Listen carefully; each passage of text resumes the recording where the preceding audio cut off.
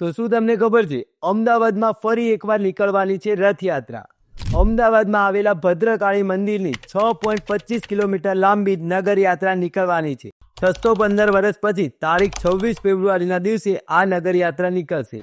આ યાત્રા ભદ્રકાળી મંદિરથી શરૂ થઈને 3 દરવાજા, માણેક ચોક, દાણાપીઠ, એએમસી, ખમાસા, પગથિયા, જમાલપુર દરવાજા અને જગન્નાથ મંદિરથી અલગ અલગ વિસ્તારમાં ફરીને નિજ મંદિર પરત ફરશે।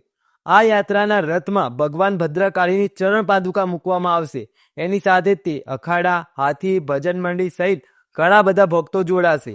તેની ઉપરાંત આ યાત્રાનું પ્રસ્થાન દેશના વડાપ્રધાન નરેન્દ્ર મોદી અથવા ગૃહમંત્રી અમિત શાહ અથવા તો શ્રી ભૂપેન્દ્ર પટેલ પણ કરાવી શકે છે। એની ઉપરાંત આ નગર યાત્રા અમદાવાદના સ્થાપના દિને નીકળવાની છે।